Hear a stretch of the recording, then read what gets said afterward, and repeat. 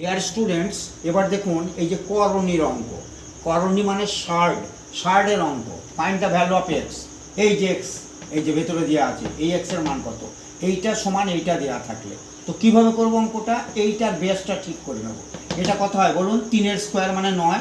তাহলে এই যে 3 স্কোয়ার, আর এইটা যে এখানে যেটা থাকে সেটা এই যদি এখান থেকে নিচে দিয়ে দিতে হবে এরকম, মানে 1/x।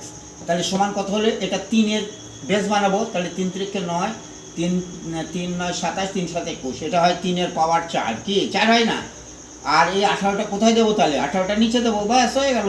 এবার বেসে বেসে মিলে গেলে কী হবে? এই এই পাওয়ার সমান পাওয়ার, তার মানে 2/x সমান 4/18, তাই না? তাহলে এইটা কেটে গেলে এখানে 2 থাকে, তাহলে 2x সমান 18। 2x সমান 18 হলে তাহলে x সমান কত হয়? 9 হয় না?